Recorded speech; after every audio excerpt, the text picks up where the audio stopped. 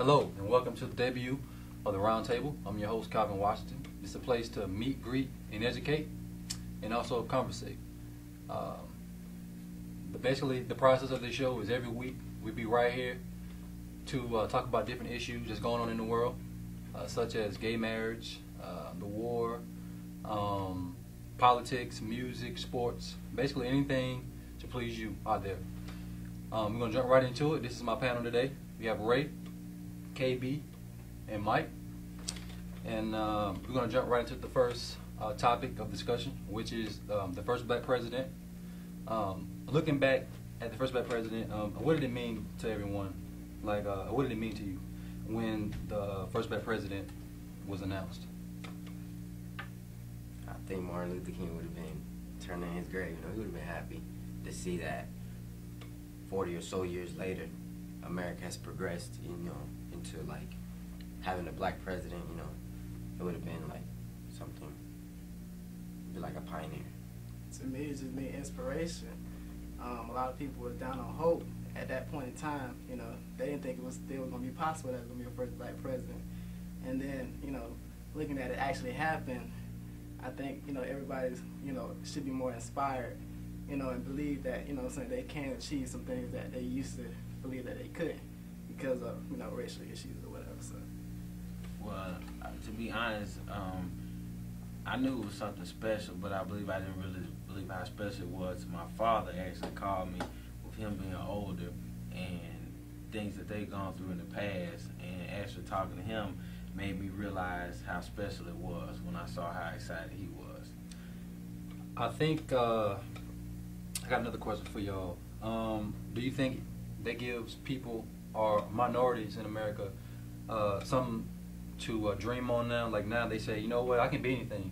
If we can have a first black president, then maybe I can be anything I want to be. I mean, basically, it kind of looks at it. People 40, 50 years ago didn't probably think that was impossible, because you look at the civil rights movement, like probably 50 years ago, and we couldn't even vote. And now look at us today. People, it's the first black president. Absolutely. I think that gives, minorities a good standpoint in the country to see, like, we have a black president, and the other countries seeing that America is integrating, itself and looking beyond the color of your skin. So I think definitely, absolutely. So what do you think y'all guys think about the economy? Like, basically, President Obama jumped into a pretty hard situation from the previous president. How do you think he should change the economy and like we have the job loss in America? Well, first of all, I think that everyone has to remember that it's going to take time for him to be able to change the economy, because even though our past president got us into the situation that we're in, that didn't happen overnight. So I know a lot of people are quick to say, well, Obama made promises and a lot of things haven't happened yet, but what we got to realize is that it's going to take time for whatever stimulus package he tries to bring to the table. I just feel it'll take time, and eventually once some of these companies get the money back rolling in, and it'll be a lot easier for them to hire people. So once these companies start seeing the change, then I believe it'll in turn give them the opportunity to be able to hire people, and then we'll have more jobs. I mean, I agree with him. I mean, it's not gonna go over. It's not gonna be an overnight thing. You know what I'm saying? It's gonna take time. But also, I just want to add on to that. It's not necessarily the president's fault to an extent. I mean, because you still have Congress and all that stuff. They have to.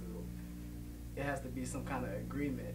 You know what I'm saying? He's not going to be the final decision maker.